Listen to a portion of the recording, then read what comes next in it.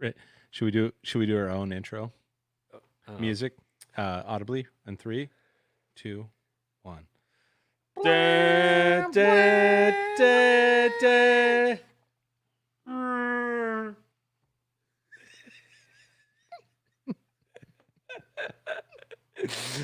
That was terrible.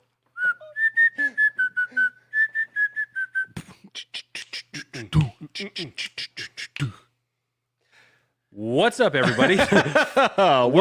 Worst intro music ever. Welcome to episode 47 of the Holo Chronicles podcast. I am your host, Andy. I'm your host, Josh. Thank you, Josh. Thank you. I left it open there for you. Oh. We are live tonight, and welcome all those of you who are watching live on YouTube or Facebook or even Periscope. Periscope. Here's to you. Here's to you. Welcome to the Holo Chronicles Happy Hour, where tonight Andy and I have decided that we're gonna drink while we pod. It's been a long day. Yeah, it's been a long couple weeks even. Let me tell you about my day, Josh. Why don't you go ahead? Got up at 5 this morning, and I played a little basketball. Yeah. I don't know if it was a mistake or not, but still trying to rehab this foot back into shape. Yeah. Then went and test drove a car. Dropped my truck off at the shop to get new brakes. Yeah. Went golfing with you and Trevor. Walked 18, which Healthy. is a good decision physically, but mentally was not maybe the best decision for me. Got a little sunburn, and now we're here with you guys. Live. Yeah. Live with some drinks. I kind of feel it today. It kind of felt like a very summer day. I hope you guys are feeling. I know it's Monday, but a good summer day on a Monday isn't a bad thing. Just kind of chill out. I hope we pod better than we golf today. Oh dear God, me too. Oh my goodness, it was rough. Shankadoodle-doo over here. It was rough. It was rough. It was rough till the end. And then the most rebel hit ever from yours truly. Yes. I'm going to brag about it. I don't care. Can I set it up? Set it up. You're better at set it up. Let me describe to you this golf shot that my guy Josh here pulled off. I won't say that he was having the greatest round that he's ever shot. Don't say that without being a liar. But on number 18, there was a drive that went in the wrong direction. Let's be honest, Josh. Errant. It was not a great drive. It was awful. It was far. It went a long ways in the wrong direction. To the right. Yeah. Not forward. With a healthy helping of some vicious wind. Gusty wind. Left to right. Shout out to my folks in Iowa. David, let's get that power on as soon as possible for you guys, man. I hear you guys are going through some stuff. Oh. Some severe weather. I see. In the middle portions of the United States right now. Okay. So stay safe out there. Back to the drive. The drive was bad. And we were on 18, and the drive actually took you into the fairway of number 10. The far side of the fairway of 10. Right. And so just to put this in perspective, folks, in between where Josh's ball was and the green for number 18 was the parking lot, was the tennis complex, and about a group of 20 people socially distancing, visiting on the lawn out next to the clubhouse. In severe danger is what you're trying to say. They were, I mean, a lot more could have went wrong than what ended up going right for you. Right. And, and I can say with my own two eyes that I witnessed what happened here. Trevor was a little skeptical because he was on the other side of the racket complex. And I outscored him on that hole, so he was very skeptical. His drive was beautiful. Awesome. And we were somewhere else. Yes. You and I happened to have to go to the same direction. We were in a different zip code. Anyway, Josh says, well, it's the last hole. I'm tired. This hasn't been a great round. F it. 185 yards. I'm gonna swing for the green from here, knowing that there was some precarious obstacles in between him and the green. And what else? There was $6 on the line. I forgot about that. There were $6 from a push from 2 par 3 best overall scores. So, I mean, stakes were high. Stakes were at an all-time high. $6 in Longview, Washington. 185 yards. Mint Valley Golf Course. Yeah. Complex in between me. So, what club did you barbecuers. use? 6-iron. 6-iron, 185. And it was the best shot of the day, easily. Maybe a top 10 shot in Josh's career. For sure. I haven't been privy to every shot, so I can't speak to every shot. But if you've been privy to any today, you've been privy to every shot. But it was beautiful. It flew the parking lot, the complex, the people gathered on the lawn, and landed the green over the bunker. And there was a bunker too. Over the bunker. And just rolled off to the fringe. Right. It was, I'm going to give you a golf clap. Thank you. It was a double bogey turned par. That's what it was. It was absolutely a double bogey. I was taking a lemon and making lemonade. Taking chicken shite and making chicken salad. You know what I mean? Okay. All right. Don't ever do that when I'm around too, by the way. I won't trust you. But yeah, so we had a long day today. So we figured, you know what? We got back. We actually thought we might nap pre-pod. We probably should have, but instead we drank pre-pod. Poured a beverage. Here's to you guys. Huh? Well, anyway, thanks for joining us. We got a couple things on tap. On tap for happy hour this evening for you guys. And we're going to start off. Josh, I'm going to ask you, did you get anything this week? I did. I believe you posted a picture of it. I did. I put it on Twitter. And I'm so proud of this guy. And you know, I'm not the most vocal of the two of us on Twitter. But when something comes my way that I like, and here's the funny part is, you know, we have some questions that kind of relate to this too. Like from the Black Series line, or from Black Series in general, I'm a little like, oh man, I'm overwhelmed because I have some backfill to do to get my collection right. I have, in fairness, you have a crap load of Black Series. I do. In fairness, thank you for being fair. I have a crap load. And I have some extras, but the carbonized, I really like them. And to hell with the value. And if you want, you can go to 411actionfigure.com and you're able to kind of value Black Series very easily. And what they do is they just take a average of the eBay selling price recently, and whatever bot they have is great. They keep up with it. We've talked about it before. So Action Figure 411. Action Figure 411. Thank you. Yeah. Carbonized has done meh. Like carbonized is really a cool concept in my opinion for Black Series. What they do is they add some bling to a release figure. But to me, a previously released figure. To me, I like the fact that they're putting that extra touch on it, right?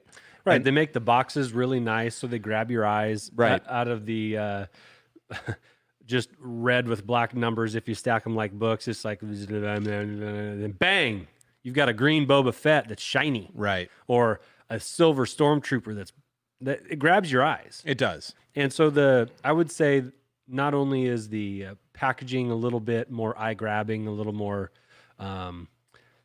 I don't know, and make you want to purchase it. I don't know. It's a little different. The carbonized Mandalorian's brown, and I call it caramelized, or kind of a bronze. Yeah. Yeah. I feel like they took the repackaging concept and gave you a little more for the same money, I guess it's $25 I think for a carbonized. But anyway, without further ado, yeah, I got a Vader, and it's very shiny. Yeah, he's very shiny.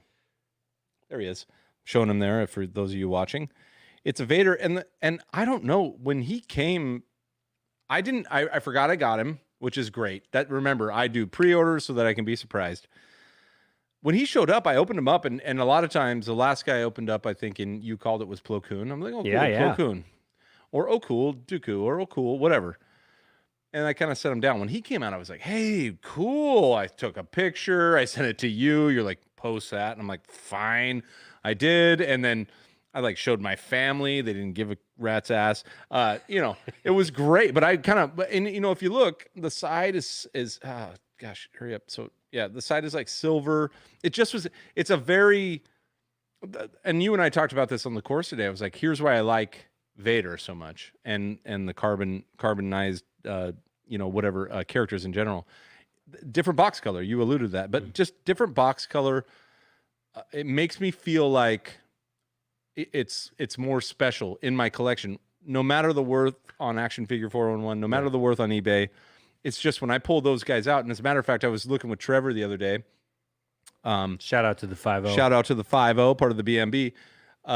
We were pulling. I'm like, man, I have 392s, and it turned out that they were, the white first edition release, the Black Series release, and a carbonized release. And I was like, well, that's I have them all lined up like books, and so to pull them off, and to me, while we know Mando in the white box is the most valuable current or recent Black Series figure, those carbonized figures are very cool. So shout out to the Black Series carbonized. If you don't have those, I think you could almost just collect carbonized, and it wouldn't be that expensive. No, it wouldn't be too bad. And you said something too about this Vader in particular.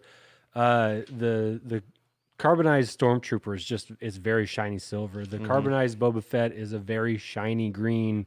Yep. But this Vader isn't quite as like carbonized. It's more of a subdued. I mean, you still got a little gloss, and it's a little more bluish black than just straight flat black, right. or glossy black. But it's not quite so carbonized. Yeah, I guess that'd be the. I guess our point as collectors, and obviously this is a collecting pod, is those little variances, intentional or otherwise, that the toy companies put out, I think are what really make collectors excited. So the problem I have, even though I'm a massive collector of Black Series, is that it gets a little repetitive. Yeah. If I see Dooku and the next clone trooper and the next and the next, and they're all in the same box, to me, sometimes I feel like I am collecting for the numbers and not for the characters. Carbonized changes that a little bit for me. It makes me stop and look at Vader and really, like, I held him in front of you. I held him in the sunlight. I'm like, check it out. He's glinting, he's blue, whatever it is. So as a collector, I like when the toy manufacturers, even if they're recycling a little, which they are here, we have plenty of Vaders in Black Series, just add that extra. So, charge me $5 more and there you go. We want to take this opportunity to remind you that we are part of the Beyond the Blast Doors network, which includes 6 unique different podcasts. Including ours. Including our own. You can find us on YouTube, if you are watching right now, at Beyond the Blast Doors. You can find us on the interwebs at beyondtheblastdoors.com, where we try and give you content, articles, Funko Pop releases, and then you can also find all of our podcasts on there. You can find us at Holochronicles on Twitter. We do like to interact with our Twitter peeps, what are they up to now? TK1255. 1255. And we do interact. We do like to chat toys and merch and what did you get lately? And we typically have a weekly hashtag show me your collection. This week was a little more impromptu. You can look it up on Twitter where I have the name here at a larger view pod posted, I don't know, a little thread on his Darth Vader collection. Again, it's on our Twitter feed. Go ahead and go back and look it up. It's most impressive. Most carbonized. But typically we I wonder if he has that. Typically we post a little write-up on our website when we do a Star Wars collection feature, which, by the way, if you have a Star Wars collection of any size, we would love to feature yours using the hashtag show me your collection. And get a hold of us, DM us on Twitter, and we can talk about it, or email us at holochronicles@gmail.com. Can I give a very biased plug, please? Do it. And you're a part of this, and I'm actually not, which is why I can plug without too much bias. But beyondtheblastdoors.com, there's so many, not only are we trying to share our pod with you there and our pod and others, we're putting in 2 to 3 articles a week out there, sometimes more, sometimes one per day.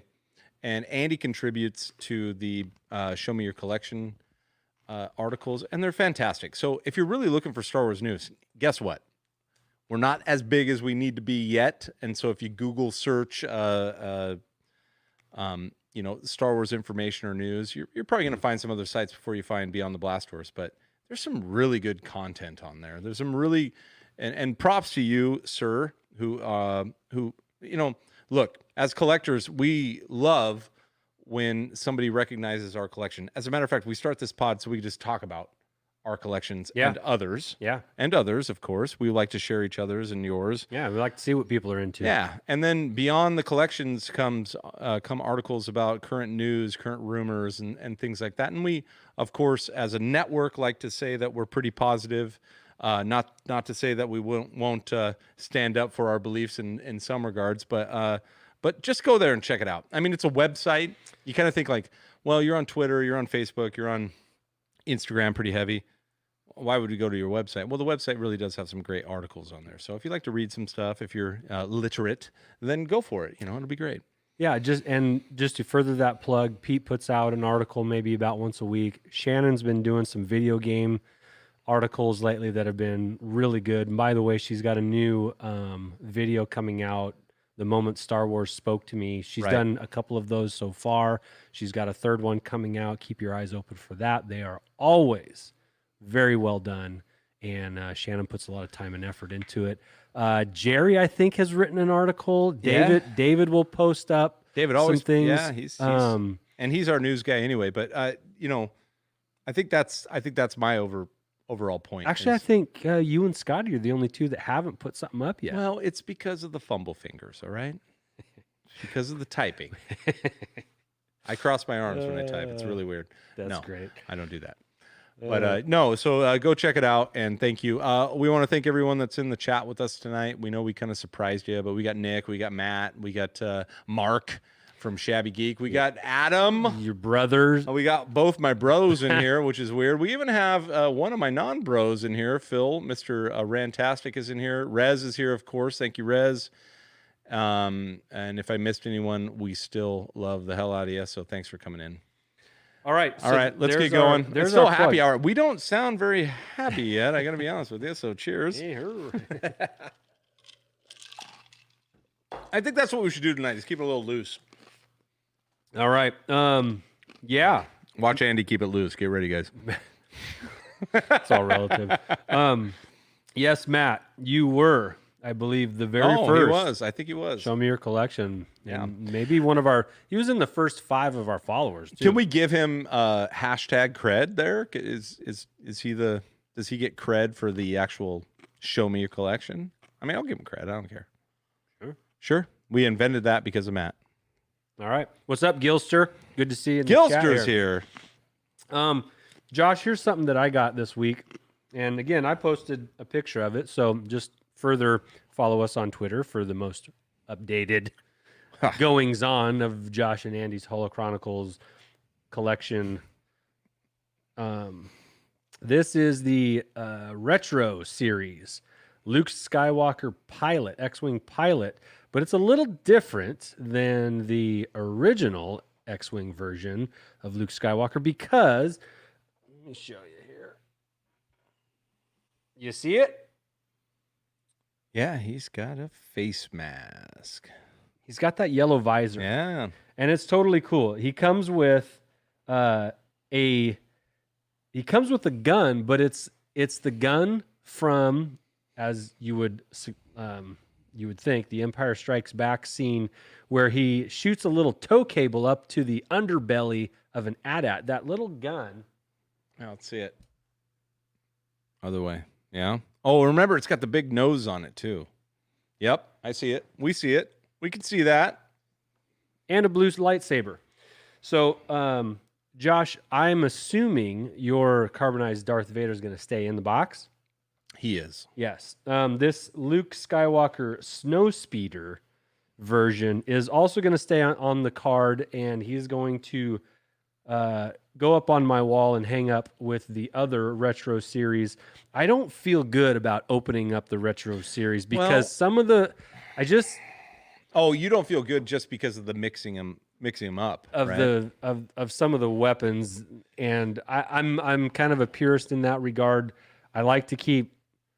I don't keep retro, or not retro. I don't keep repro right accessories. And repro, by the way, are reproduced weapons and accessories for the vintage, right? And the original vintage. And some figures. of them are very, very, very, very close and so well made that they look like the originals, and you can get snookered on them if you're not careful. And so we're not promoting the active misleading of people to try and sell you something new that is advertised as old. Well, and just remember, a good rule of thumb: if it seems too good to be true, it is. It always is. I mean, a Leia a blaster is going to cost you between $60 and $100. This is the way it is.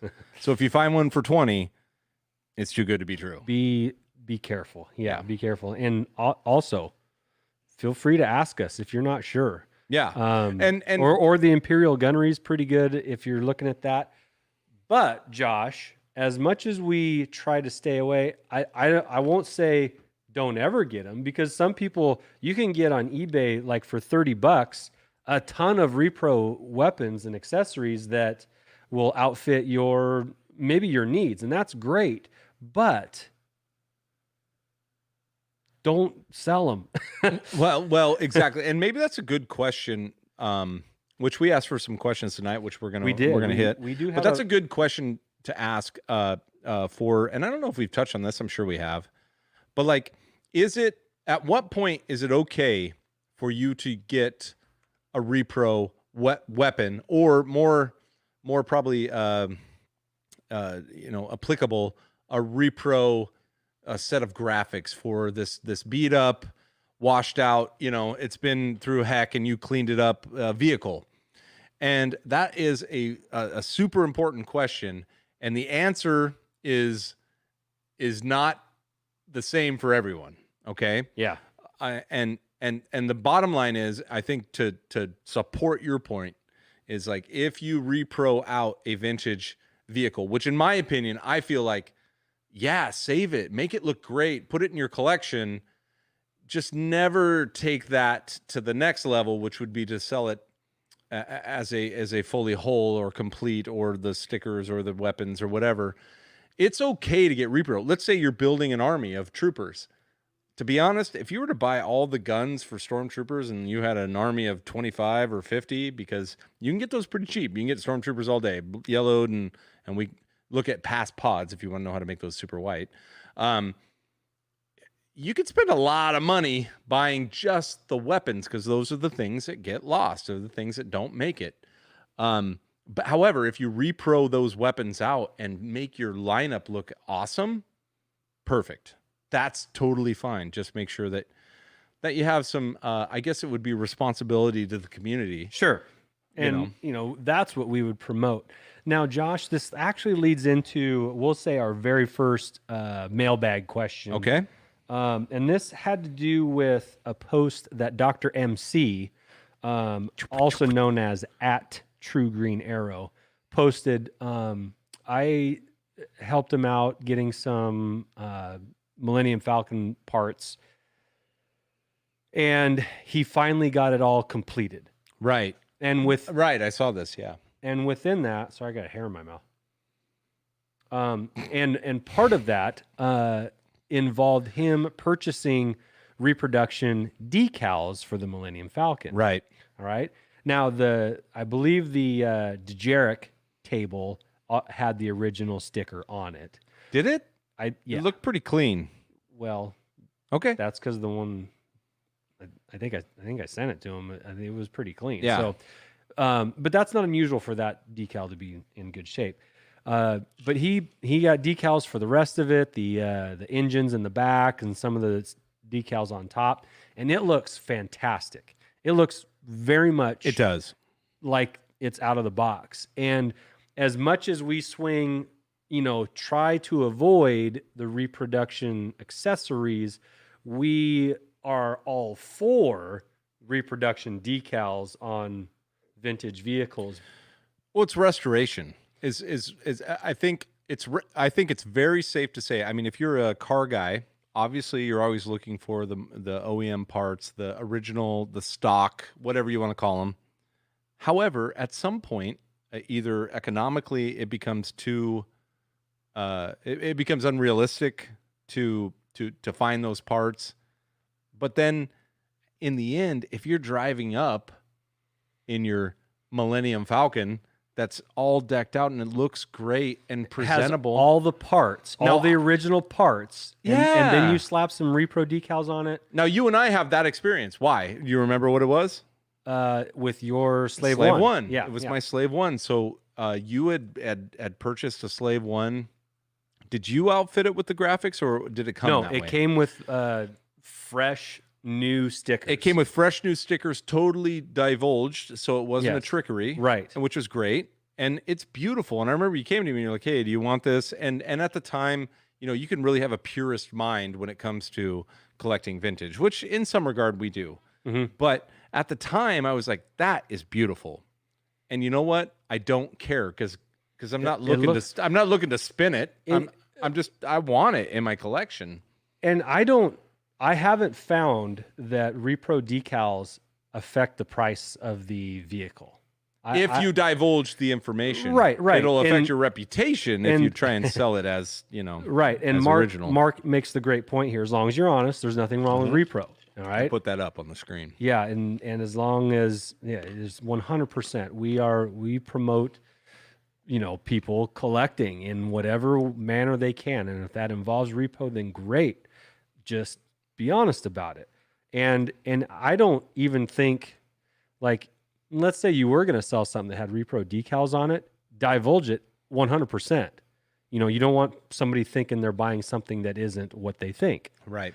But actually, your honesty will probably bring them into the fold a little better. Like, hey, these are repro graphics. But I haven't seen an instance where repro decals have negatively impact the value of a Slave 1 or a Millennium Falcon or a X-Wing or whatever the case may be.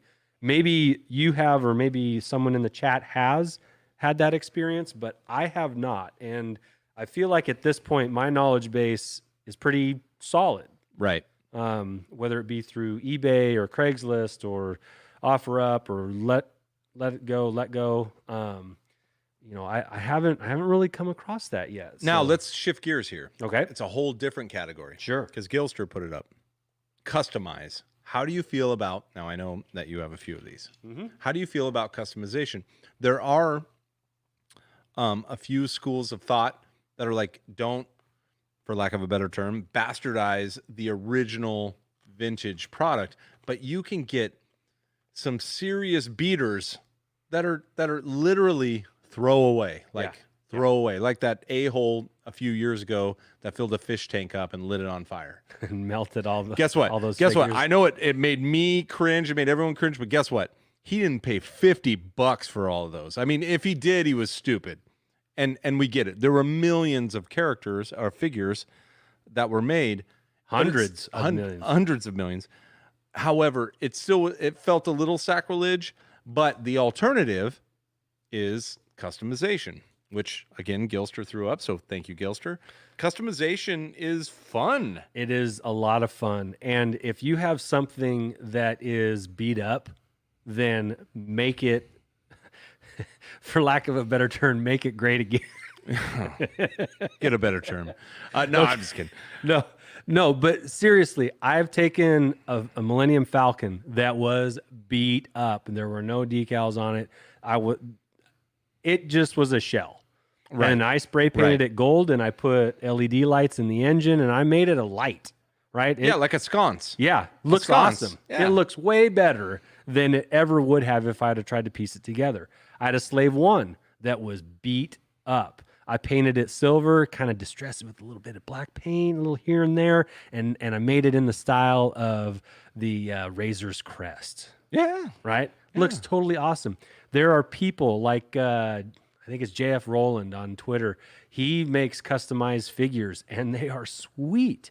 And you know what? If you like stick a like people do this with the pilots all the time too, like the old X-wing pilots. You stick them in really hot water. You know, I would liken it to if you've ever played football, you dip the mouthpiece in a cup of hot water and then you suck on and mold it to your teeth as you burn your tongue. Yeah. Well, you put an X-wing figure in hot water, maybe even boiling, you know, for a little bit, just not very long at all. Take it out, and the head pops right off, and you can stick a new one on there. So you got all these different kinds. You can do a hammerhead pilot. You can do a walrus face pilot. You can do a sand person. You can do a mace. Yes, exactly.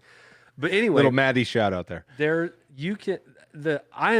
Again, if you're honest about it, go crazy with it. You can make some of the coolest things. You touch up and custom paint and get green helmets or red helmets, red 5 and gold leader. Again, like I said, I think I would call it restoration. I would call it salvage. You know, like salvaging. To me, I'll go back to my point because someone posted up there, I think it was Matt, that there's a special place in hell for the guy that melted all those figures. I agree, and that was his choice. And guess what? We've had this conversation or debate with a number of other podcasters when it came to, hey, they're mine, I can do what I want.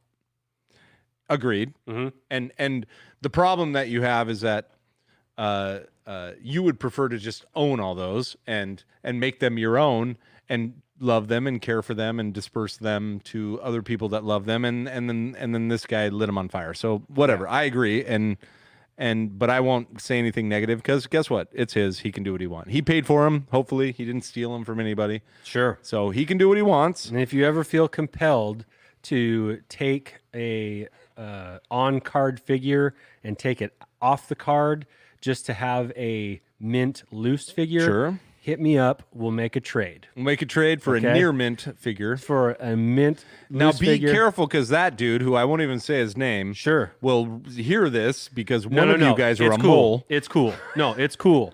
It's totally cool. It's been worked out. Oh, we're good. Swords have been buried.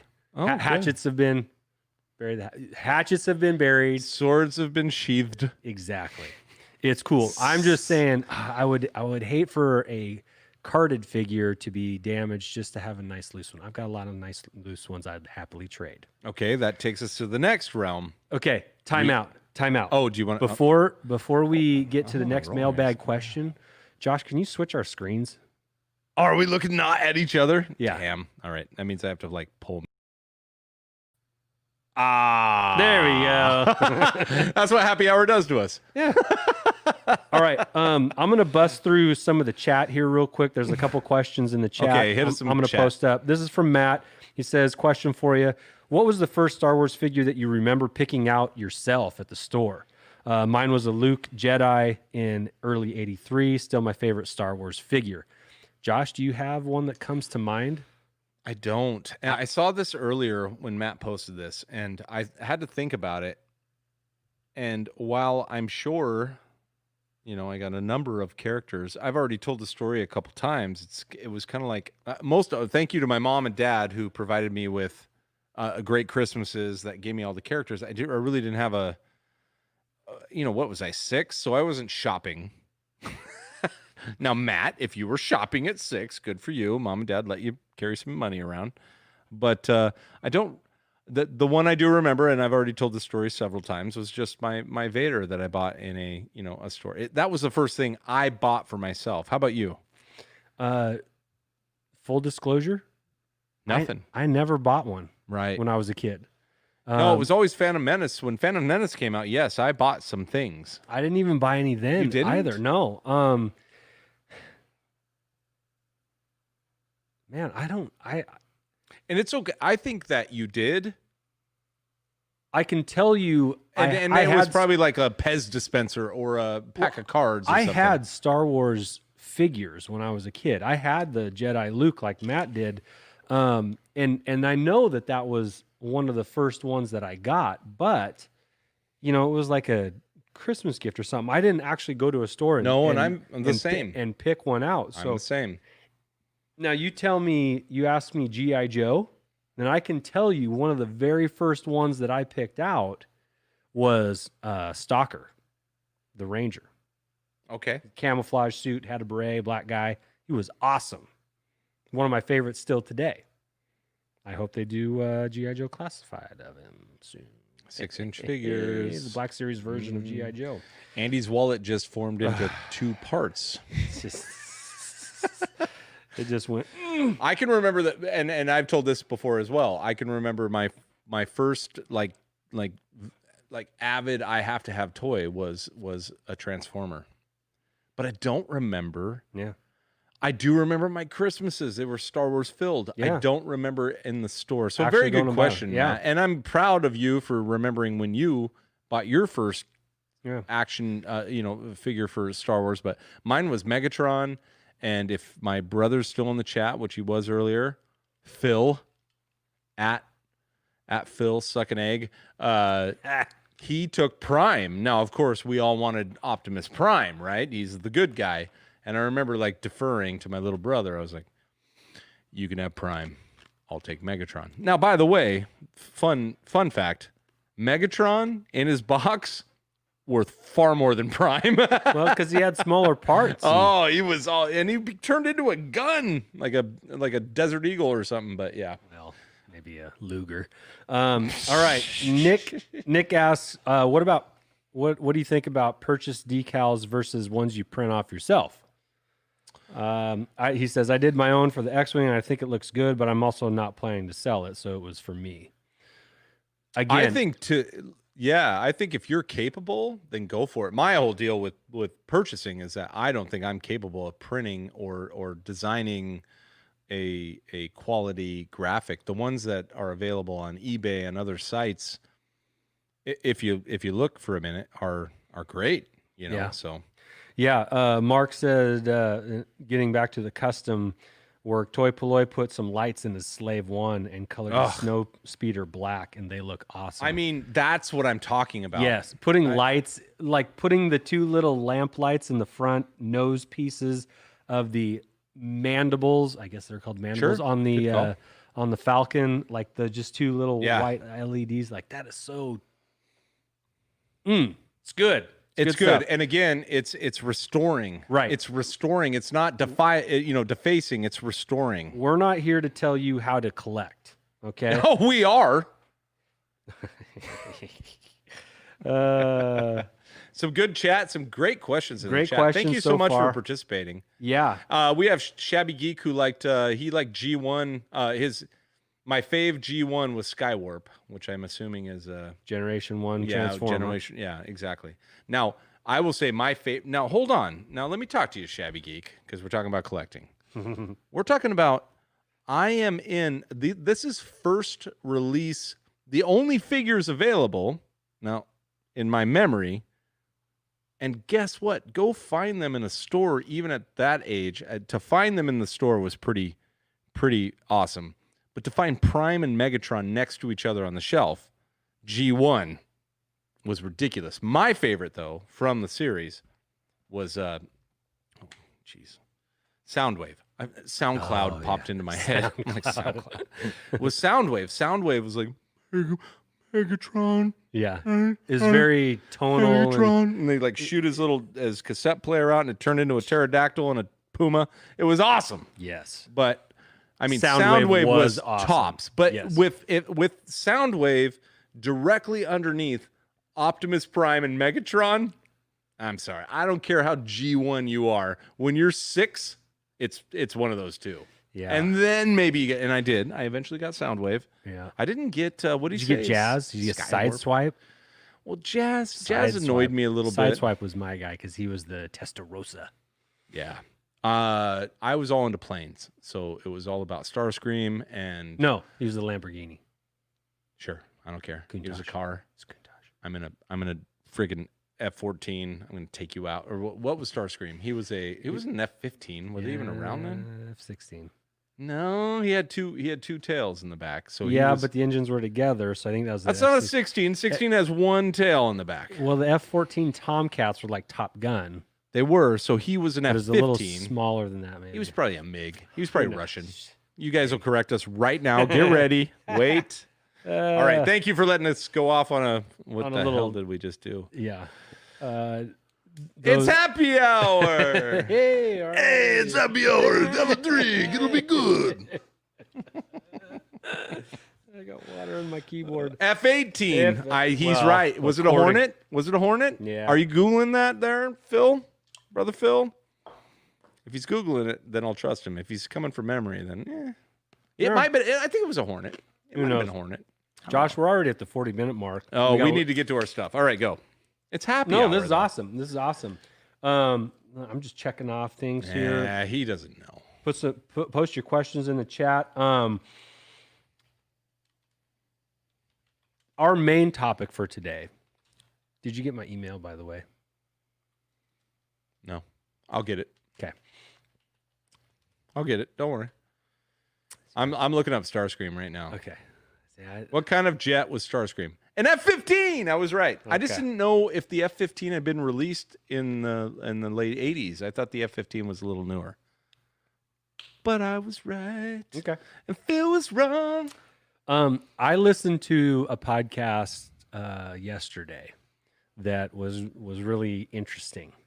And this is not our main topic, by the way. I just want to do this as a sidewalling. I just want to throw this out here because, first of all, Star Wars 7x7. Oh, Alan Voivod, our man, my favorite guy. He is he's my hero. He's my hero. He's a favorite of ours. He does a 7-minute Star Wars podcast every day. Yeah, so if you don't like hour and a half long pods like ours, then you can get it in 7 minutes ish from Alan Voivod with Star Wars 7x7. And you probably learn more. You'll learn like twice as much, to be honest. But there is a Willow remake in the I heard in the works. Is it happening?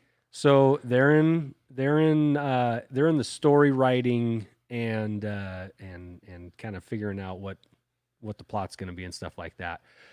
Mode of this. Ron Howard is involved. Warwick Davis is involved. No, he's not. Yes, I can probably predict. Are you saying that Val Kilmer is not involved? Are you saying that Warwick's got his hands in this project? Yes, he does. Do you remember? I mean, he has normal sized hands. Yeah, remember it was Willow. He's like Willow. Like they had to pan out because his hands were always in the screen. Big hands, man. Very big hands. So anyway, you know what they say about? Never mind. Willow's happening. A remake is happening. Ron Howard is involved. Warwick Davis is involved. And again, I'm plagiarizing 7x7 for this. Thank you, Alan. Thank you, Alan. It was so good to me because I watched Willow when it came out, and I believe in 1988, and it was great. It fills in, it falls right in line with like Labyrinth and what was that other one that was kind of like that? What's his name? Mad Mardigan? Mad Mardigan? Mad Mardigan. Mardigan? That's Kilmer. Yeah. Yeah. Anyway. Have you watched it recently? Yes. It still holds up. It's pretty good. I'm all right with it. Go watch it if you haven't. It's on Disney Plus, or just go rent it from your local Blockbuster. But anyway, they're saying that that again, the connection to Star Wars is George Lucas, right? George Lucas, of course, had this idea, and what's interesting is that the sorceress in Willow kind of is a Mother Talzin type character who's not like necessarily a Jedi or a Sith, but she is magic and she conjures up. She's in touch with nature. She's got these abilities that are a little supernatural, so that the connection is that this possibly falls somewhere within the Star Wars universe. This story of Willow can drop into some planet that exists within the realm of Star Wars. No. Yes. No, they're not. Well, this was what was postulated here. Again, it's part of the George Lucas universe, and the sorceress being somewhat similar to a character that's in Clone Wars, that maybe it's not crazy to say that this Willow story actually takes place in a planet somewhere within the Star Wars universe. Okay. All right. Well, Throwing out the possibility. No, think about that's a very interesting concept. Have an open mind. What do you think? What do you think? Your thoughts? Well, chat. What do you think? Let's take it down a couple roads here. You have Endor. Endor might be, with the exception of maybe the Wookiee planet, Kashyyyk. Thank you. Endor might be the best example of like a primitive society that gets invaded by a super tech society. I mean, we got Wicket and the crew dropping boulders. What do we got going on? Oh, I don't know. I think Mark is questioning the ideas that I don't disagree with Mark at this point because you just said that Willow might be part of the Star Wars universe. I don't think it's crazy to say Look, if you have a pod and then you're listening to our pod and we don't have that many followers but you have more, throw it out there. Take that and just like rumor. And be like, from a trusted source, Andy from the Holo Chronicles, we have word No. We're plagiarizing another pod who we respect. Can you imagine the hands on the saber? Yeah. Stay away from her! Laura! Alora! He's like, oh! I mean, but the hands, like the top hand's getting a little singe because there's not enough hilt. You need to let that go. All right, sorry. All right. Thank you. But back to the point, I don't think it's crazy to think that these two things could actually overlap. Like whatever world that that Willow takes place on has a representative in the Galactic Senate. You gotta be kidding me. It's not crazy. What do you guys think? Willow existing in the Star Wars universe. What do you think? Is it crazy? Alan didn't think so. That was Alan's. So here's the deal. Because I love Alan. So if he said it, then I will. He said it because of something Filoni said. Well, Filoni will do whatever he wants. I know. Which at this point he should and can. Here's the thing. If Filoni thinks it's possible, then who am I as Andy, Holo Chronicles half, to say, Filoni, get out of here. You nuts. Nick's right. Did you see Nick's comment? That's pretty good. And that's not even Lucas, it's Spielberg. I know. That's not a bad take. That's not. All right. If Voivod, if E.T. can be in the Galactic Senate and on Earth, that means Earth could possibly be in the. Rez says he's with Voivod too. Here's the deal. Stop right here. I don't want to dive down this any longer. You want to know why? We're gonna get Alan on and we're gonna talk about this. Okay. I want to hear his. Because I'm getting hit with this. Yeah. It's ridiculous. Right in the tummy. Are you getting hit in the tummy with this? I'm getting hit in the tummy. And Rez is with Voivod, which, by the way, if you're not with Voivod, you should be. Yeah, you need to be. Yeah. So there are no Jedi in Willow. Well, there's barely any Jedi in the freaking sequel, so be careful. This is a fact.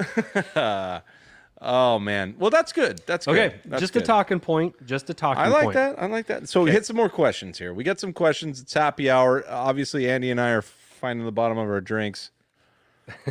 I love if you listen to last week's podcast and where we talked about Josh, and I agree with Josh, being kind of sick of all of the Baby Yoda merchandise. Right. Excuse me. The child merchandise that has come out in the last month that is overstocking the shelves at Target and Walmart and other places. And we're just kind of voicing our displeasure that, man, if they could only hit this during the show in their stride or around Christmas, that it would have been over the moon. Not that Baby Yoda merchandise hasn't sold. It's just that now there's so much match. And I was in Idaho this weekend on a little great vacation. pick. Did you put that on Twitter? I did. Great pick. And there were just, even at the Target and when the Walmart that I visited, Costco, there was just full of unpurchased Baby Yoda merchandise. Why? Oversaturation. In a lull between seasons. It's actually the opposite. It's in improperly timed saturation. Okay. Look, the people that don't give a crap about Star Wars, but bought Disney Plus because they gave them a deal when they bought their Comcast internet, they all of a sudden were like, "Oh my gosh, I really like this." And guess how long their memories are? They don't go back to the 70s. They don't care. 6 months out, you're done. Yeah. That's why I'm still frustrated with it. But anyway. So we just got done in our last week's pod talking about voicing our bummerness out of the situation. And I was like, you know what, Josh, I agree with you. It's just overtime right now. I can't believe, they missed opportunities, hashtag missed opportunities. And then the very next day I'm in Target and bang. Yeah. I purchased a Baby Yoda Bluetooth speaker. Look at that. It's a Bluetooth speaker. Look at that. He's adorable. Ugh. And I was mad at myself when I bought it. And I'm mad that I own it. And I've been using it all week. Well, hold on. There's always a good place for Baby Yoda. Or the child. Yeah. Or a green, undefined species that you play music out of the top of their head. Doesn't matter. Yeah. Yeah. Anywho, I took this to a lake and we listened to music and it was funny and small and it's about the size of a golf ball, fit in your pocket, real nice, very portable. That's the best thing. All right, here we go. Okay. Here's a question from Gilster. I like it. Gilster! Here's a couple comments from Matt. Thanks, Matt man. says, wind Josh up on this, please, because Matt just likes to see me. He just wants to see the world burn. Shit. Yep, he likes that. Etsy. Mark Shabby Geek. He says Etsy has turned into Baby Yodaville. He's not wrong. 1,000,000,000%. That's a lot of percent. No. Get on Etsy and try, especially with my, Facebook hacked search history. Etsy knows exactly what I'm after, and it is Baby Yodaville. Yep. Which might be good if you want to laser cut some crap or something. But and then here it is, the final question, which Gilster apparently put a price tag on this. No, he donated to the cause. Oh, geez.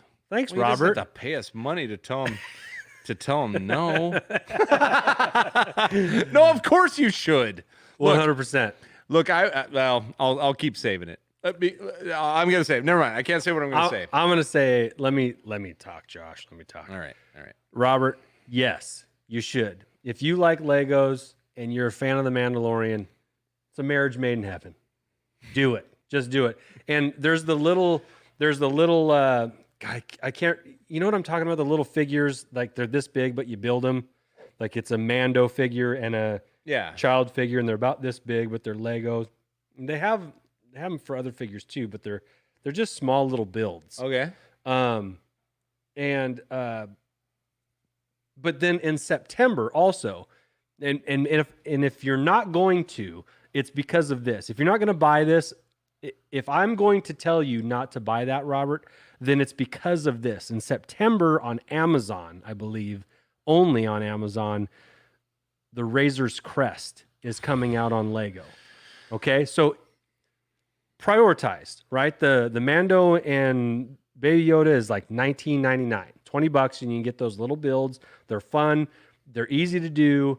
They won't take you long. What are they? The articulating ones, or are they not just, really? Okay, not really. They're not really like posable. what do they call those? Like they're like Shogun or something. Oh no. They're not. I know what you're talking about. Yeah. They're not those. They're not those. Okay. But if you want to spend a little more money on a little longer build, that's going to be the ship, and you'll get the Mando figure.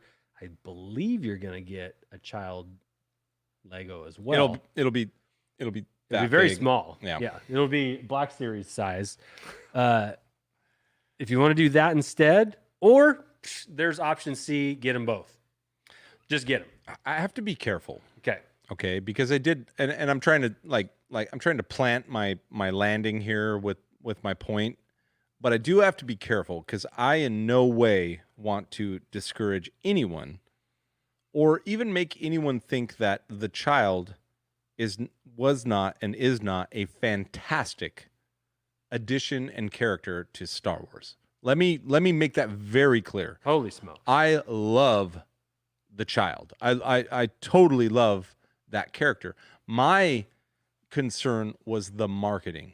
Now, in order to get my point across, I had to talk a little bit about the timing, and the timing was overwhelming because it all happened at once. Now, if that timing with the same amount of products and exposure had happened during the series, it wouldn't have felt like too much. Even with the Etsy comment, I mean, it would have felt like, well done, Lucas. Well done, Disney. Well done, whoever, Hasbro. Well done, any company that got the licensing. But what I was saying is like, man, my fire had burned down to coals. Now, I had just rekindled it because I revisited with the girls, my daughters, and watched and thought it was fun. But I got a little like, what happened is I had buyer's remorse because all my excitement back when it was exciting had put a lot of pre-orders in. And then they all showed up. I'm like, golly, what? Guess what? Guess what, everyone? Another one. Baby Yoda. Another one. So, or the child, whatever. So don't get me wrong. That character is awesome. And yes, I want them to put out more. And you can guarantee that season 2, I think, will be properly timed. My issue was with, they just didn't get it. I just don't know how they didn't get it. So moving on. I know you're going to hit move along on me again. Yeah, because we finally got the soundboard. All right. Let's see.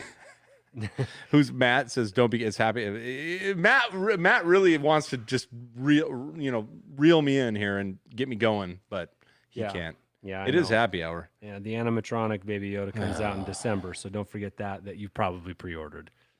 If it shows up, I did. That's the way I roll these days. All right. Hey, did you get that email that I sent you? I did. I'm ready. Okay. Are you ready? So this is perfect. We're at the hour mark. Okay. It's happy hour. Yeah. And that usually goes for like 2 or 3 hours in any good bar that allows you to walk in. So, oh my goodness. Oh, you're killing it right here. I'm totally killing it. Look at Mark. This is what that's what I tried to. I mean, did you put that just because? Come on, Mark. All right. I don't hate Baby Yoda. I love him. I love him. It was a cheeky remark. Cheeky. Okay, so our main topic that I'd like to finally get to here, and thank you so much for your questions. Thanks for joining. Very good. Very questions. much appreciate we hit them all. Yeah. No. All right. Hold on. Yes. No, we didn't. There was one more question. You want to do it now? That's what I thought. Yeah. There's one more now. Let's finish up. They're all with us. If they're not, they'll leave. At SW Galore. AKA Star Wars Galore. I get it. At SW Galore on Twitter asked if you could only collect one line of Star Wars. Oh, yeah. Which would you choose? And by one line, he was referring to vintage, the vintage collection, Black Series, Funko Pop, etc. You and I talked about this, and I came to the conclusion, and you can agree or disagree. Okay. Because I don't remember if you did or didn't, that I would have to exclude the vintage, like true vintage, from this question because it would very easily be like, no, from my childhood, I want vintage. Yeah. So we have to pull that out because there's so many lines. I don't think we have to pull that out because we are of a certain age. Not everybody listening or within the reach of our voice is the same age as us. So maybe for them, I'm thinking of guys like Scotty and Jerry who are 10 years or 15 years up younger than us. Their introduction into Star Wars was the prequels, and so they were in heavy on the on prequel line, or maybe Power of the Force in the 90s. We talked about hundreds of millions of figures being made for the vintage. Yeah. And really while you can buy an item from vintage that costs you a lot of money, Mm-hmm.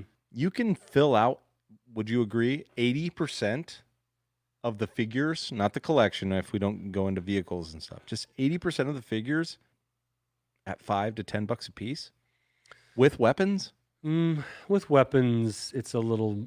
Go 20? Yeah, but yeah, if you want to just get a loose figure for between $5 and $10, that's why pretty easy to do. That's why I'm saying, like, you're not really diving into like this exclusive collection. Answer the question as you see fit. He just yelled at me. I didn't yell at you. I just want to get to your answer here. I don't know. You go first. Hang on. Answer this question real quick. How many Baby Yodas do you have? I have a lot, Matt. Why do you think I'm grumpy about it? I have my daughter carries around 4 Baby Yodas everywhere she goes, and I have to like look at them. Yeah, you do. Which is still pretty cool. Still pretty cool. I'm good with it. Yeah. It's a all right, positive role model. So my answer, I won't wuss out on this. My answer is originally Black Series was something I was very into, am very into. I still have a massive collection, although I have been considering unloading that collection in replacement with, taking those funds and going a different direction. Yeah. But I would say if I were stuck with one collection that represented Star Wars in maybe the most truest form, I would say Black Series. Black Series would be the line that if I was limited to only one line. To the exclusion of all others. To one line that truly went after the essence of a Star Wars action figure. Maybe not all the nuances and etc. But Black Series, that's where I'm at. Okay. And that's what drew me to it initially. It was exactly, Black Series was what, as a child, as a 7, 8, 9, 10-year-old boy, I would have been like, holy crap. And by the way, to prove my point, what happened to your face and your brain when G.I. Joe put out a 6-inch figure? You about lost your mind. While I know you are an avid Star Wars fan, you have really a very soft spot for G.I. Joes. But when they put that 6-inch figure, now if they'd have put out a retro G.I. Joe on a card, you would have considered. When the 6-inch showed up, especially when you posted that Snake Eyes in our chat, I was like, holy crap, that makes me want to buy one.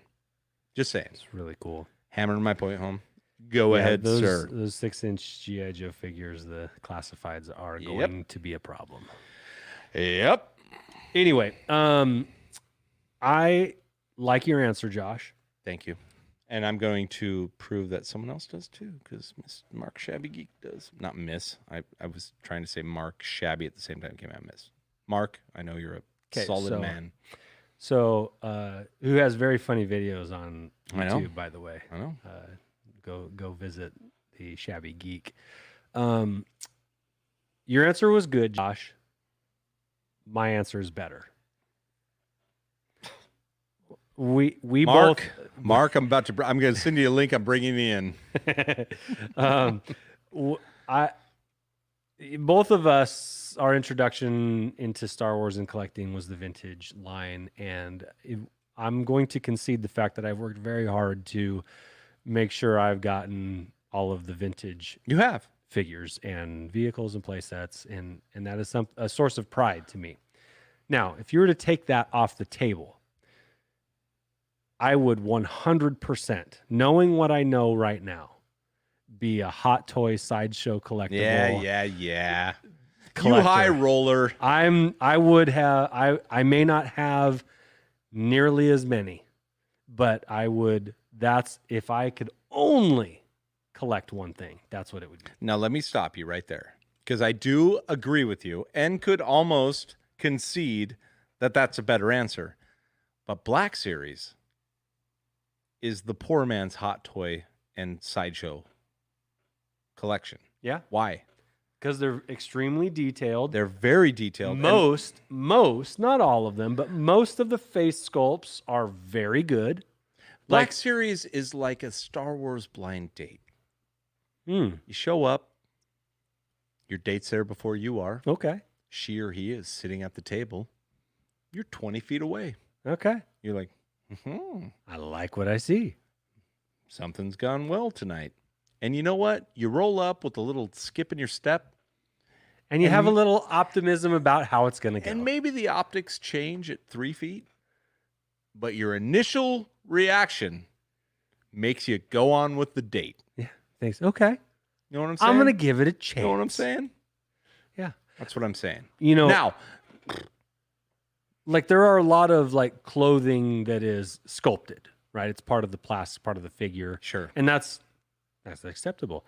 However, when Black Series puts on a little cloth robe, or they make some of the accessories like of a different material than the mold of plastic, that's a poor man's Weta. That's we're talking top shelf kind of toys here. That's what I'm talking about. I'm talking about a 20 foot away. I'm talking about a little bit of like, hey, come see my collection. Not too close. Yeah, well, hey. I'm gonna swipe right initially, and we're gonna see what happens. Hey. 40-year-old guys talking about swiping right. Now, I would never deign to say this about my wife, but I had a few girlfriends where I was pretty proud to show them off from a few feet away. Okay. Yeah.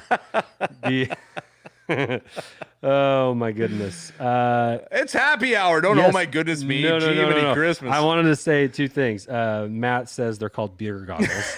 And then secondly... BS goggles. Yeah. Gilster says he does not yet have a hot toy, or a Weta, nor does he want to, and that's fine. More for me. I will say this: I know, Robert. I know you collect Boba Fett. You're a big Boba Fett guy. I know that about you, and I respect it. You should do yourself a favor and take a look at a couple of the Boba Fett sideshows. They are really good. I mean, really good. So anyway, I only have one, by the way. I have one, and it's a Darth Maul, and it's awesome, and it looks just like Ray Park. But yeah. Look, I got Rez saying, wow, Josh. Because, here's the one. Rez, here's the deal. We are at Mark 107, or as Andy would say, a minute 7. We're at a minute 7 right now. We're at $1.07. We're at $1.07. My wife, while she may have gotten the live cast alert, was in until 7, and then she's gone. Now, and even my bro throws. Yeah, she's packing her things. Nope. I married way up, way up. I said girlfriends, but I married way up. Yeah. I'm going to say right before, and now we are going to get to our main topic here. Oh, Jesus. We have a main topic? Yes, we're going to keep going. We're going to keep this happy. Happy hour. It's going to go from happy should start hour some music then. Is that iPad on yet? Happy hours. Yeah, we should get some background music at least. So here's how the main topic popped up here. At Gil Mundy, at Gil_Mundy. Mm-hmm. He asked, he had listened to our last podcast and was like, I'm not terribly familiar with this thing called the Ewok Battle Wagon. Right. Is it super rare? I see a couple, and I believe he is from the UK, and it says I've seen a couple there for like 2,000 pounds, and is that normal? He just has some questions about the Ewok Battle Wagon, and I think it speaks to a larger question about, what are we at, the minute 9 mark here? Yeah. What was the state of Star Wars toys in 1985? Okay? And the reason why 1985 is important is because it's the last year that Kenner put out new Star Wars toys. It was 2 years after the Return of the Jedi, right, where interest had kind of already peaked and was on the downhill turn. G.I. Joe was swinging, upticking, more articulated figures. There were other toys. They were just cooler. Let's be honest. Transformers was they were cooler up. Too. Yes, there were other things out there. Not now, but as a kid at the time, they were just other cooler. things out there that were taking away the attention from Star Wars, and this 1985 line. And there was even some other toys that were in in line to be produced that got scrapped because these toys did not go over well. And when I talk about these toys, I'm talking about what are called the last 17 figures. There were some mini rigs from this line that are pretty rare. And then there were a few vehicles as well. And I'm not talking about the droids or the Ewoks line, which also kind of fall under the same category because they had their own kind of cartoon. The Ewoks had their own little cartoon spin-off, and then anyway, the droids line and the Ewoks line, still part of Star Wars, still came out. And still very valuable. Yes, and still rare. But as far as the Star Wars line of toys go, 1985 was the last. It was kind of the end, right? Yeah, it was the end. And I made the point today, like, all right, well, if you were a kid and the Rise of Skywalker, when it ends, you got about a 2-week to 4-week stint to buy the toys and relive that, and then it's done. And that's what Jedi had done, right? Right. And so, Return of the Jedi, Empire Strikes Back, they really capitalized on the marketing. The toys came out, right when the movies did, or as they did, or just before. Anyway, those we feel like were kind of done correctly. But this last group, this 1985 line, okay, you have the last 17 figures. Josh, would you mind putting up a picture up of this? I just have the list, if that's okay. You didn't get the pictures? Oh, no, pictures? your picture. I'm sorry. Yeah, I'll put those up. Hell yeah, man. I forgot that was what you wanted me to put up. So there were 4 Ewoks that were a part of this. We'll post a picture, and if you're just listening, like on any podcast platform like iTunes or SoundCloud or Google Music or Google Music, not Google Music. What the hell are you talking about, man? Anywho, keep talking because I gotta. If you're just listening, then look up the last 17 figures. It feels like only the collectors that are like deep into the vintage kind of know about this stuff, and so maybe your average casual collector may not be aware of all of these things. So I thought it'd be good for us to kind of go over them real quick. You've got a Luke. As far as the last 17 figures go, you've got a Luke in a stormtrooper outfit that comes with a gun and a helmet that is removable. You got a Barada. You've got a Lumat, a A-wing pilot, a Imperial dignitary. You've got an R2-D2 with saber, lightsaber. Right. This is the 4th kind of. Can you name the other 3? You have R2-D2. Right, the original. Right. You have the R2-D2 with telescoping sensor scope. And then you have the Droid Factory R2. Right? Yes, all right. Got you. Nice job. Yeah, thank you. Golly. Proud of you. Spot and I got it. Dang, nice job. Hey, what's up? You got Anakin Skywalker that is not Hayden Christensen. Obviously. You've got a Man. You've got EV-99. Another Droid Factory. A Man, right? He did come with, no, not Droid Factory, but he did come with the Jabba Dungeon play set. There it is. Another play set. You've got General Lando. Ooh, and I love General. He's my favorite. He's my favorite. He's pretty sharp looking. You've got an Imperial Gunner. You've got Han in Carbonite that is removable from the Carbonite. Warrock, I think I might have said, the Ewok. Oh, shoot, I'm forgetting one Ewok. I can't remember his name. Anyway, and then the Endor Luke. The Endor Luke was cool. And then you have the European released only, very famous Yak Face. Okay, so these are the figures that came out late in 85. They weren't really sought out or purchased at the time, and so that makes them pretty rare nowadays. And those figures, kind of that starting line is around the $75 to $100 mark, and then goes up from there. Now, it's a little bit bigger now. Yeah, someone asked to make it bigger, and I tried. I appreciate doing my that. best. Yeah. Then there were the mini rigs. There were 3 mini rigs that came out in this line of toys that, again, were not very popular. This first one here is called the Imperial Sniper. It is very basic. There's like 1, 2, 3, 4, 5 parts to this thing total. And it's small. It doesn't look like much. It was not seen in any movies or cartoons or holiday specials. This was just like a lot of the mini rigs. They were just filler. Yeah. Like the most popular ones were in Empire Strikes Back. They were very like we talk about repacks and stuff from Black Series. I mean, this was very like get some quantity out there. Yeah, get something out there, and hopefully it'll stick. But that was the Imperial Sniper. Okay. This one's next.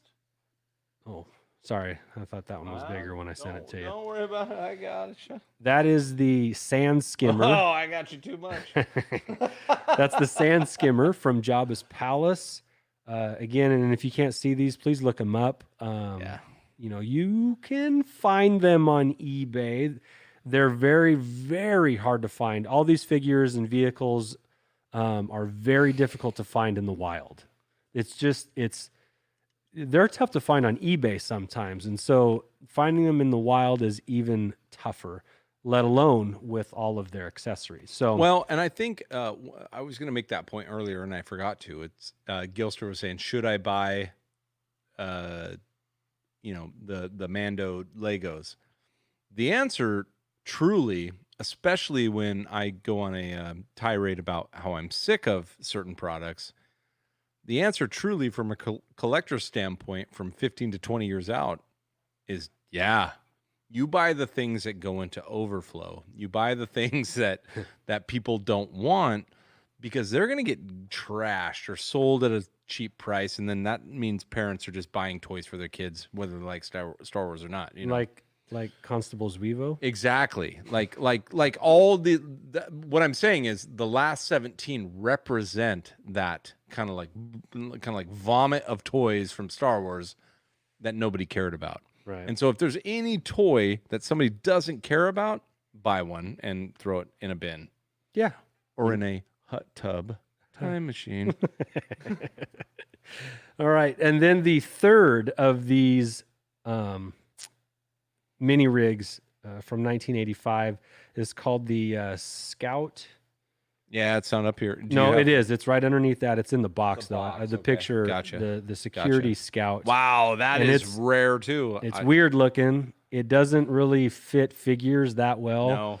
No. But it was part of this last line and tough to find complete, let alone in the wild. So those are the mini rigs. So we've talked about the figures, talked about the mini rigs, and then there were a couple of the skiff vehicles. Yeah. Yes. So there was the Jabba's the Jabba's skiff, not to be mistaken with the Katana, which came out a year and a half ago, 2 years ago.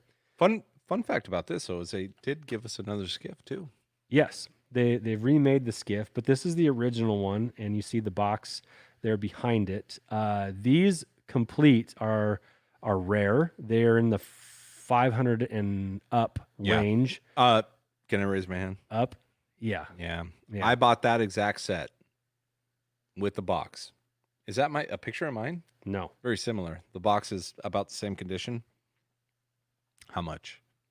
$650. 600. Yeah, and they're just rare. Yeah. And so, the cool thing is I bought that because Katana was coming from HasLab, and I have the new version, the old version, kind of facing each other. That's but cool. That version right That's there cool. is yeah. And honestly, I think I like the original better than the new ones. I do too. I mean, they're a little blander in color, and of course, there's more there's more detail and articulation to the parts. I don't know if there's more detail though. I feel like the landing / stand apparatus that you get in the original one is cooler than. So let's pose a question to the chat for our next pod. Okay. Would you guys like to see a then versus now kind of pod where we bring toys in that are like, these are recreated toys? Like, this is a great example. The skiff versus the now skiff. Okay. And we could do figures too. Might be fun. Like, Who do you like? If you were Like a if kid, you went all 90s Power of the Force, you got like Luke Skywalker. well, It's just like we don't know. Yeah, it's He-Man versus no arms, man. You know, I mean, but maybe a then versus now vehicles. Let's say that, because actually we have a couple examples of that with, especially with Slave One. We got a speeder. We've got a Lego A-wing. We could do then versus now. Yeah, we totally could. All right. We totally could. All right.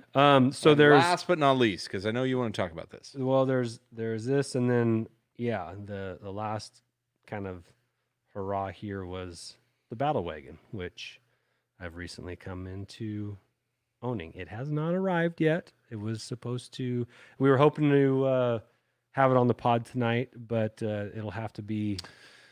So I really like the question that we got. Can you pose that right now? So- I know we're jumping the gun. I know you really want to display this, but it's okay. Let's set it up right now, and maybe we'll pause at the end of our answers. just to So make sure. this was actually came out in the Star Wars line, not in the Ewoks line, which some other stuff came out, some other figures too. But it's 3 3/4 sized. This again was not in Return of the Jedi. But it looks like something primitive that an Ewok might kind of come up with the big skull on the front, a battering ram, and then a little jail kind of thing. It's got a drum on the top, that you can kind of bang away on, like the like Ben-Hur, that scene. It's a battle wagon. Yeah. You have to have a battle chant. Yeah. So anyway, And Matt, I love Matt's comment, and that was What from was a it? while ago. Read it. It's at the bottom. oh, you can get the wagon from Robin Hood Toy Line for $15. Just stand back a few feet. Well, and we were it'll look talking. great. We were talking about Black Series. Same, Yeah. same concept. Well, and again, for those that aren't familiar with this, probably wouldn't know that this toy came out later in the Robin Hood line. In the later '80s, it was just repackaged, and there's a few slight differences. Like the wheels are darker Okay. on the Robin Hood line. They're Well, not a, sure. They're There's not more, a light gray. There was more crap that they were in rolling England. through. Yeah. Yes. They're a darker gray than opposed to a lighter gray. The leather cap on the battering ram, you can see it in this picture. It's white for the Ewok battle wagon. For Robin Hood, it's again a different color. And so the drum is brown, and if you go to the Robin Hood line, the drum is gray. Right. So there's Some a few massive differences. There's some few subtle differences that if you don't know, if you don't educate yourself, or if you don't listen to us, who have educated ourselves in a couple things, you might pay $300 or more for something that is, like Matt says, $15. Right. So, And be again, careful. Not everybody is honest out there, and so. However, either line wasn't made. There wasn't a ton of these made. No. But the Robin Hood version, obviously, without the box, the Star Wars kind of, with the significant or small changes they made, could easily be in. Well, you can take the wheels off and put different. Isn't that true with the Ewok Village as well? Yes, the Ewok Village and the Sherwood Forest Village are the same village, just again with a couple of paint differences. We got the molds. Let's make the toys. Yeah, it's repack. It's a Kenner. Are we talking about Kevin Costner's Robin Hood too? Yeah. Wow. I think that was like 1990. Are we? 91? Are we talking about Kevin Costner's Robin Hood repurposed? I'm not 100% now, sure. that's starring Morgan Freeman as the painted man. Mm-hmm. And, what was her name? Is my bro still on? If Phil's still on, because the princess from... She was in The Abyss. Mary... Mary Mag... No, jeez. Don't do that. Don't I forget her name. No, but she was a super hottie. I remember back in the day. Because it was always like very curly hair. When he pulled it. Oh, and Alan Rickman. Well, he had and he's like, "Can you do it when it really matters?" And then Christian Slater, and then she blew in his air and he missed. Anyway, buy the Robin Hood Ewok battle wagon, just for the hot girl. What's going on here? I'm yes, looking up. Governor Costner. I'm looking up. Yes, Tuck, who I meant. Yeah, Costner. They're saying yes, it's Costner. So Matt has a carded Friar Tuck. Come on, man. Sell that. I'm just kidding. That's awesome, actually. Not the 1938 Bernadette O'Farrell. Oh, and Gilster. You know, I want to put Gilster up here because he knows how to work a room. Hit that like button, all 6 of you. I'm sure you already have. You guys are great. We have 7 likes and 6 viewers, so we're above the bar right now. Oh. Mary Stewart Masterson. And that is completely right, Nick. And she is Mastrantonio.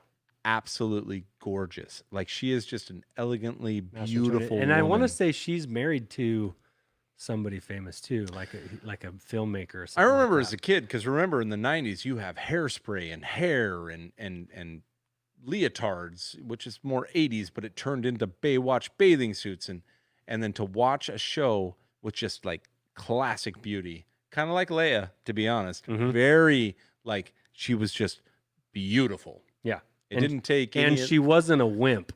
No. Not at all. No. She's one of those good female role models. Can-do attitude. Let's take it easy here. We got a little bit of teenage hormones going on right now. Not in our chat. Welcome to the Holo Chronicles Happy Hour. Let's go back to our normal screen here. All right. Nice work. All right. You know what? Okay, so just to put a button on... Put a pin in it. Like button. Yeah. Like, subscribe, and follow. Oh, geez. Now, here it is. Here it is. I knew it was coming. I didn't know if you're still watching. Here it is. I know that's my bro right there. Mr. Philip Most, if you're nasty. He was in love with her for good reason. And he just corrected us hard. Yeah, he did. Yeah. Yeah, if you're going to, like, my version of that would be either Susanna Hoffs from the Bengals. Yeah. That was kind of like my first celebrity crush. Or Yasmin Bleeth. It could have been Julia Roberts. She would have been a pretty good match there. Okay. But I just like this gal. She looked very innocent. She's awesome. She's awesome in The Abyss. Love that movie. Yeah. Yeah. All right, moving on. Keep it Star Wars. To put a button on the state of toys in 1985 for Star Wars fans, it was the end. Yeah. It was the end. What was put out in 1985 is highly collectible today. Last 17. Last 17 figures. Plus vehicles. 3 mini rigs that are very tough to find. A skiff and a battle wagon that you can find a little bit. They're tough. You're not going to find these in the wild. They're just so scarce, let alone you're gonna pay. Complete. You're going to pay. You're going to pay up for these things. And like right now on eBay for the last, I don't know, couple weeks, outside of the one that I was able to get, you know, there's 2, but they're in boxes and they're over $1,000. Well, let me put this out there, though. Yeah. So let's say over the last 4 years, the price of these very rare items has kind of been relative, right? You can go from $400 to $600. From an investment standpoint, whatever you pay today is still less than you're going to pay tomorrow. Yep. It's only going up. So start now. If you're into the last 17, now I think we did a decent job at kind of like, hey, last 17, you've never heard of them. Plus, can we call them last 21 then? How many we got there? 3 mini rigs plus the battle wagon. Oh, yeah. And the skiff. So last 22. I mean, that is really a kind of a holy grail collector from the vintage standpoint. Yeah. All of those are. And you're actually like you as a vintage collector kind of held off on those because you know that's where the money comes in. The last thing. You got a baseline price. Yeah. The mini rigs were, all 3 of them were kind of miraculous how I got them. Stories for another time. But the skiff I got a long time ago. I found a good deal on one, and it's like at that time I happened to come across it, and the best time You got a box? the best time I didn't. That's where I flex. Yeah, way to go, Josh. The best time to get something is when you see it and you have the money. Yep. And so that was kind of one of those collector tip there. I got that a while ago, but the battle wagon was the last thing I needed to finish that off. Damn, how do you feel? How do you feel? I mean, Really, we'll talk about it next week because you know what? It'll be in your hands. We will, next week. because the story surrounding it and how. And I want to know how you feel, because that's a monumental moment. So let's so stay tuned if you're in the chat, and thank you, by the way, for joining us in the chat. And if you haven't already, follow us on Twitter at Beyond the Blast Doors. Not on Twitter, but please subscribe to BTBDN. Thank you. Network. At Holo Chronicles on Twitter, Instagram, and Facebook. You know where to find us. All these guys know. BeyondTheBlastDoors.com. Yeah. For all your Star Wars content needs. There's something for everybody there. And man, this has been a happy hour. Yeah. Hour and a half. We probably should have taken a nap. Yeah. Charge our batteries. I'm out. Just take a little sippy. Yep. Any other questions Cheers in there? to you guys. No, I don't think so. Nick had a great comment up earlier. I forgot. Oh, Alyssa Milano. That would have been a good one. She would have been like 12, I think. Or 16. Look 12. Yeah. Yeah. All right. I think that's it, Josh. We're good. I'll you know what, we can go outro music. Oh, we have outro because the iPad's charged now. It's charged now. So thanks for watching, guys. Join us. Oh, Matt wants a warm take. What's a warm take? A warm take? Yeah. I think the Obi-Wan Kenobi series, which is only about 8 episodes, I think, planned. I think I'm going to like it more than Mandalorian. Is that warm? No, I think that's warm. That's a warm I prediction. actually thought you were going the other way. No. I thought you were going to say, I think I'm going to like it hold, more. Not going to hold up. Well, okay, we'll just leave that take there. Okay. I don't know if I have a warm take. Because I had 2 takes last week. Yeah, you did. Come on. Take it easy. Hot. The music. Hot. The music wasn't as good as I think it should be, and enough with the baby for a minute. Time out. All right. I don't have any warm takes. I like that take. I'm just going to let Andy have the take because that's a good one. So you're saying Kenobi beats greater than Mando. I know. That is setting the bar very high. And one thing Star Wars fans like to do is put unreachable expectations on things and then get pissed when they don't meet their expectations. I won't do that. I'll give you a warm take. I just have I'll give you a warm take because Matt made me. I'm going to put it up. I'll give you a warm take. The minute Baby Yoda turns into a teenager and has like hair, I'm done. Hot take. Baby Yoda doesn't make it out of season 2. There you go. You got it. That's the hot take. You got to kill Baby Yoda before the end of season 2, because as soon as he has that little mohawk hair, who's a other Yoda species character? Yaddle. Yeah. Ugh. You mean Baby Yoda's mom to Yoda's the father? He just looked terrible. No, Baby Yoda's a clone. Child's a clone. Anyway, no mohawks for Baby Yoda. That's what I want. He's bald from the get. All right. Thanks for watching. Thanks Andy's cutting me for off, Matt. listening. Sorry, and go play with your toys.